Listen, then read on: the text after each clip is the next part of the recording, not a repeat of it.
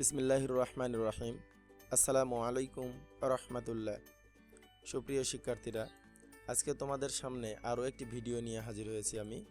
So আজকের ভিডিওর বিষয়বস্তু হচ্ছে how to solve MCQ and how to select the right synonym closest or antonym opposite words. Question number 1 for SSC and HSC। তো তোমরা জানো SSC এবং এইচএসসির ফার্স্ট পেপারের প্রথম যে এমসিকিউ থাকে, এই এমসিকিউ সমাধানে কিন্তু তোমাদের সিনোনিম বা ক্লোজেস্ট, অ্যান্টোনিম অথবা অপোজিট ওয়ার্ড কিন্তু এখানে ডিমান্ড হয়ে থাকে। তো সেক্ষেত্রে তোমরা কিভাবে এটাকে সমাধান করবে তার একটা বিস্তারিত আলোচনা, এবং আমি মনে করি যে এই আলোচনাটা যদি তোমরা A to Z ভালোভাবে অনুধাবন করো, আমি যদি বোঝাতে পারি আর তোমরা যদি বুঝতে পারো, তাহলে আশা করি যে এসএসসি ও এইচএসসির এমসিকিউ সমস্যা সমাধানে এবং এইচএসসির 11 নম্বর যে টপিক্সটা থাকে অর্থাৎ সিনোনিম এবং অ্যান্টোনিম সিলেক্ট এর ক্ষেত্রে আর তোমাদের প্রবলেম ফেস করতে হবে না। তো চলো আলোচনা শুরু করা যাক। প্রথম রুল নাম্বার 1 যেটা, অর্থাৎ রুল 1-এ যেটা কথা বলা হয়েছে যে প্রশ্নে যে পার্টস অফ স্পিচে থাকবে উত্তরে ঠিক সেই একই পার্ট অফ স্পিচ লিখতে হবে। আর পার্টস অফ স্পিচ কিভাবে আইডেন্টিফাই করে, এটাকে কিভাবে তোমরা বলবে যে কোনটা কোন পার্টস অফ স্পিচ, ভিডিওর শেষে আমি তারও একটা আলোচনা নিয়ে এসেছি। অবশ্যই তোমরা ভিডিওটির শেষ পর্যায়ে ভালো করে দেখবে। সো দেখো, the best synonym of vary is, এই ভ্যারি শব্দটির মানে খুব কাছের সমর্থ অর্থবোধক শব্দটি কোনটি? এখন তোমাকে অপশন দেওয়া হলো ডিফারেন্ট নাকি ডিফার। সো আগে তোমাকে জানতে হবে ভ্যারি এই শব্দটি কি, আসলে এটা কি নাউন নাকি এটা অ্যাডজেক্টিভ নাকি ভার্ব। হ্যাঁ, এই ভ্যারি শব্দটা হচ্ছে ভার্ব। সুতরাং যেহেতু এইটা ভার্ব, প্রশ্নে উল্লেখিত শব্দটি যেহেতু ভার্ব, তাহলে উত্তরটিও ভার্ব হবে। সুতরাং এখানে ডিফারেন্ট এবং ডিফার, এখানে ডিফারেন্ট শব্দটি অ্যাডজেক্টিভ শব্দ আর ডিফার শব্দটি হচ্ছে ভার্ব শব্দ। সো কেন এটা অ্যাডজেক্টিভ, কেনই বা এটা ভার্ব, এটা আলোচনার শেষে তোমরা জানতে পারবে। So next, study shows that 60% adolescent girls become mother before the age of 19. এখানে কথা বলা হচ্ছে what could be the closest meaning for study in the first sentence. এই সেন্টেন্সের স্টাডি শব্দটি এটার অর্থটা কি দাঁড়ায়? তো দেখো, লক্ষ্য করো, রিড, সার্ভে, রিসাইট নাকি অল অফ দেম। সো এখানে তুমি দেখো স্টাডি শোজ দ্যাট, এই যে শোজ শব্দটি হচ্ছে ভার্ব, আর আমরা জানি যে ভার্বের পূর্বে যেটি থাকে সেটি হচ্ছে নাউন। সুতরাং এটা নাউন, সুতরাং রিড শব্দটি কিন্তু ভার্ব, রিসাইট আবৃত্তি করা এটাও কিন্তু ভার্ব শব্দ। সুতরাং রিড এবং রিসাইট কোনোটি অর্থ হতে পারে না, বা এটার সিনোনিম বা ক্লোজেস্ট মিনিং হতে পারে না। সুতরাং অ্যান্সারটি হবে সার্ভে, অর্থাৎ স্টাডি শব্দটি এখানে জরিপ, সার্ভে শব্দটির সিনোনিমাস হয়েছে।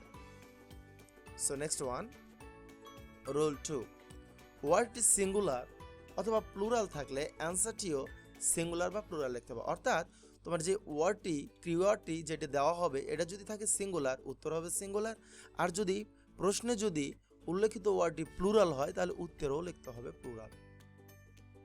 The best meaning of tributaries is. So দেখো, আমরা জানি ট্রিবিউটারি শব্দের অর্থ হচ্ছে শাখা প্রশাখা। সো এখানে বলা হচ্ছে কন্ট্রিবিউশন, লোল্যান্ড নাকি ব্রাঞ্চেস নাকি ফিশ। এখন তুমি দেখো এক্ষেত্রে ট্রিবিউটারিস, আমরা জানি যে নাউনের শেষে যদি এসইএস থাকে বা ভিইএস থাকে, তাহলে সে নাউনটা হয়ে যায় প্লুরাল।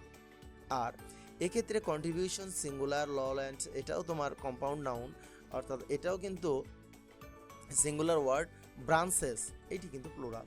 সুতরাং এটি যেহেতু প্লুরাল, প্রশ্নে উল্লেখিত শব্দটি উত্তরটি হবে প্লুরাল। ইনস্ট্রাক্টর সিনোনিম, এই ইনস্ট্রাক্টরের সিনোনিম যদি তুমি টিচার্স লেখো, অবশ্যই সেটি ভুল হয়ে যাবে। তোমাকে অ্যান্সারটি অবশ্যই কি লিখতে হবে, টিচার অথবা অ্যাডভাইজার, অর্থাৎ সিঙ্গুলার ওয়ার্ডটি লিখতে হবে। The next one, people. People এর সিনোনিম কি হবে, ম্যান নাকি পারসন? নেভার, কখনো হতে পারে না, কারণ পিপল শব্দটি হচ্ছে প্লুরাল ওয়ার্ড। সুতরাং এখানে হবে মেন অথবা পারসন। রুল 3, যে ডিগ্রিতে প্রশ্ন থাকবে সেই ডিগ্রিতে অ্যান্সার লিখতে হবে। So for example letter, so letter এর অ্যান্টোনিম চেয়েছে, তো লেটার অ্যান্টোনিম কি হবে?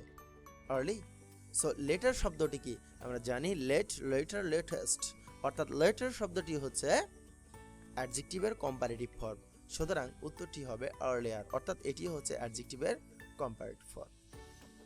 বেস্ট অ্যান্টোনিম, সো বেস্ট শব্দটি আমরা জানি গুড, বেটার এবং বেস্ট। বেস্ট শব্দটি হচ্ছে অ্যাডজেক্টিভের সুপারলেটিভ ডিগ্রি, সুতরাং ব্যাড এটা কিন্তু পজিটিভ ডিগ্রি, এটা কখনোই অ্যান্সার হতে পারে না। সো বেস্ট এর অ্যান্টোনিম হবে ওর্স্ট। রুল 4, যে অনেক ক্ষেত্রে তোমার ভার্বের সিনোনিম অ্যান্টোনিম চাইবে। সো ভার্বের প্রেজেন্ট ফর্ম নাকি ভার্বের পাস্ট ফর্ম তা লক্ষ্য রাখতে হবে।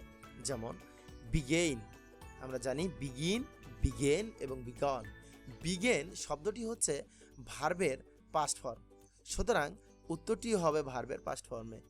বিগেন এর অ্যান্টোনিম ফিনিশ, ফিনিশ হতে পারে না, হতে পারে কি ফিনিশড, কারণ এটা যেহেতু ভার্ব টু, অ্যান্সারটিও তোমার ভার্ব টু হবে।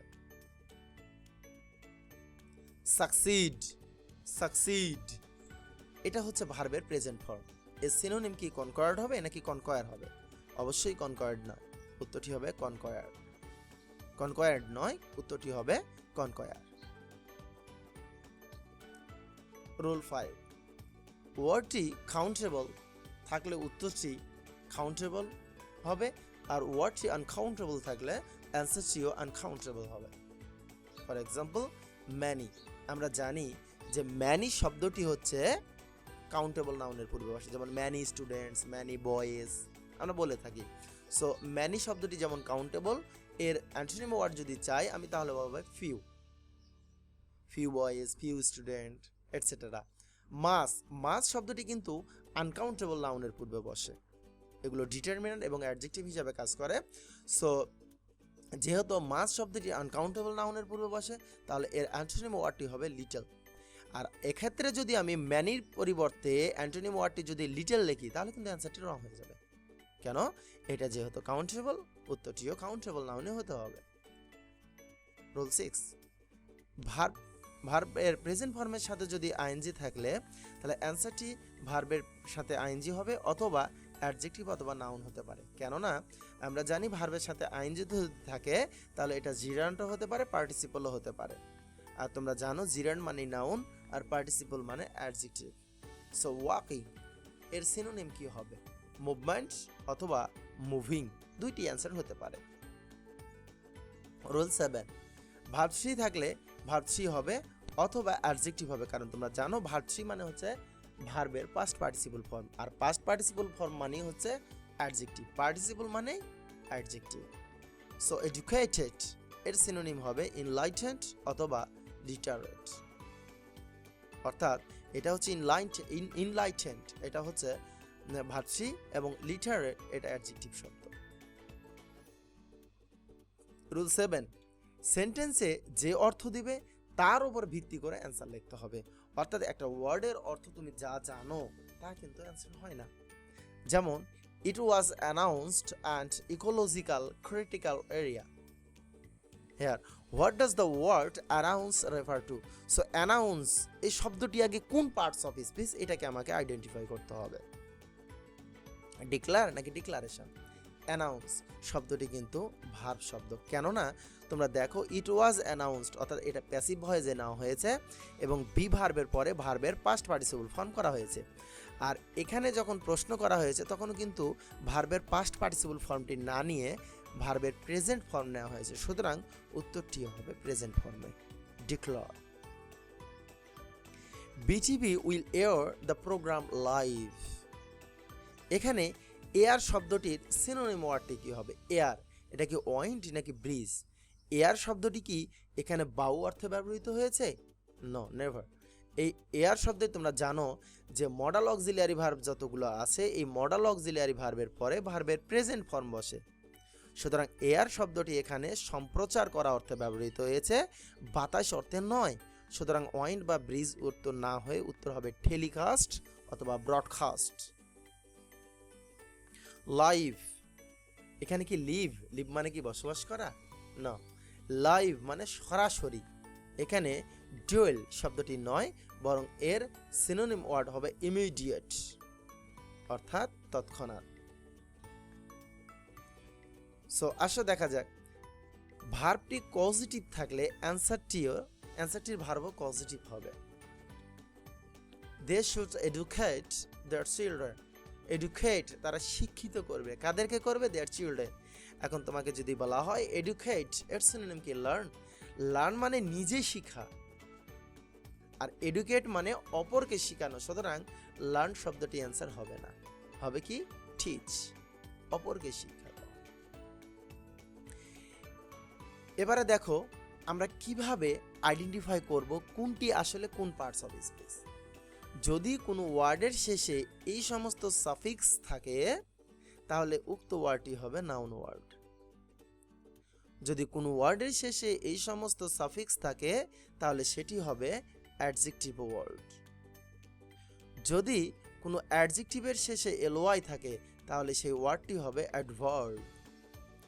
আর যদি নাউনের শেষে এলওয়াই থাকে তাহলে সেটি হবে অ্যাডজেক্টিভ ওয়ার্ড। আসলে পার্টস অফ স্পিচ আইডেন্টিফিকেশনে এই সাফিক্স দেখে কিন্তু আইডেন্টিফাই করা আসলেই কিন্তু যুক্তিযুক্ত উপায় নয়। কেননা পার্টস অফ স্পিচ আইডেন্টিফিকেশনে এর পজিশনটাই হচ্ছে মেইন। পজিশন দেখেই আমাকে আইডেন্টিফাই করতে হবে। তবে এই সমস্ত সাফিক্সেস দেখে অনেকটা আইডেন্টিফাই করা সম্ভব, কিন্তু পুরোপুরি নয়। পুরোপুরি শনাক্ত করতে হলে তোমাকে অবশ্যই position of parts of speech জানতে হবে। সো আজ এই পর্যন্তই। সকলে ভালো থাকবেন, সুস্থ থাকবেন। সকলের প্রতি সালাম। আসসালামু আলাইকুম।